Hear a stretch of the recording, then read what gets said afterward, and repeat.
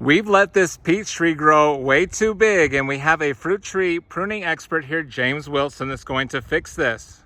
Yes, so we're going to presume this tree is for somebody's backyard. So we want several things out of this tree. We want it to carry the fruit.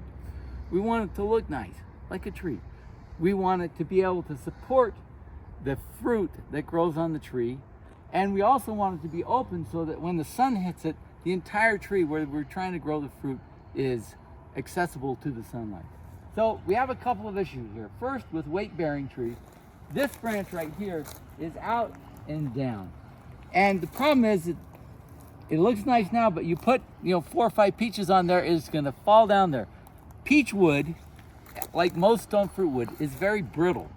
It will bend to a certain extent and then the whole thing snaps and you lose all the fruit off that branch. So it's much better to come in here earlier in the season and take off some of the branch so that the remaining branch is strong enough to hold the fruit that you want on it.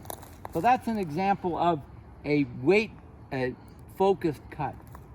Out here, I also point out another thing you want to do is to take out any dead or dying branches. This one just blew in from the neighboring tree. You want to clear that up.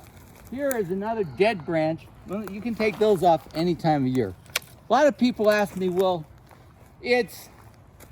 this tree is already bloomed. Isn't it the wrong time of year to prune it? And the answer is no.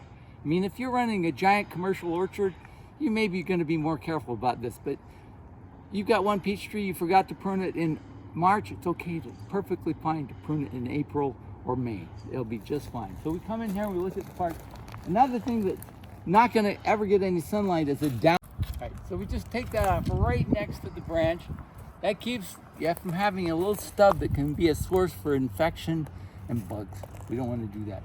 Now we look at this. Another trick for pruning is every now and then just take a step back and see how does the tree look. And I would walk back here 10, 15 feet and say, okay, well, some more needs to come off. Let's look at this one right here. It's got a more lateral angle and then it goes straight up. Well, all those side branches are going to have a lot of peaches on it, so we're going to take off this one right here.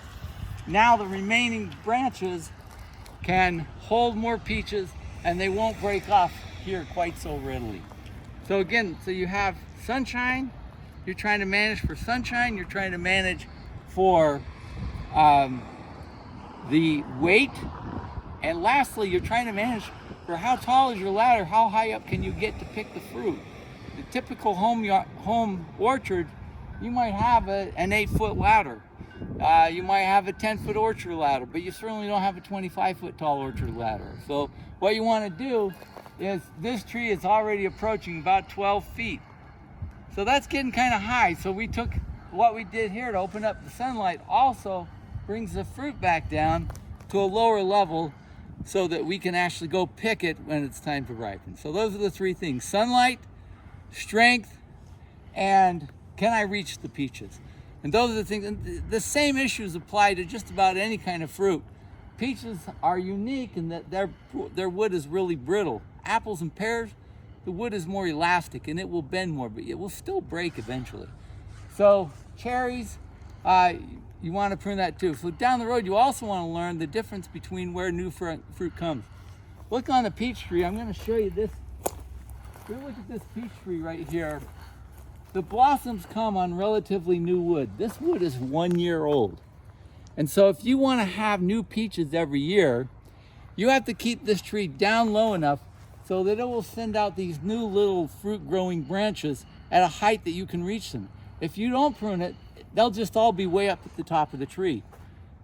Apples grow a little bit differently. They grow on fruit spurs, but it's the same principle. The fruit spurs need to be able to see the sunlight. So you got to keep that tree down so that the fruit spurs that bear fruit year after year after year are down at a height where you can reach the fruit.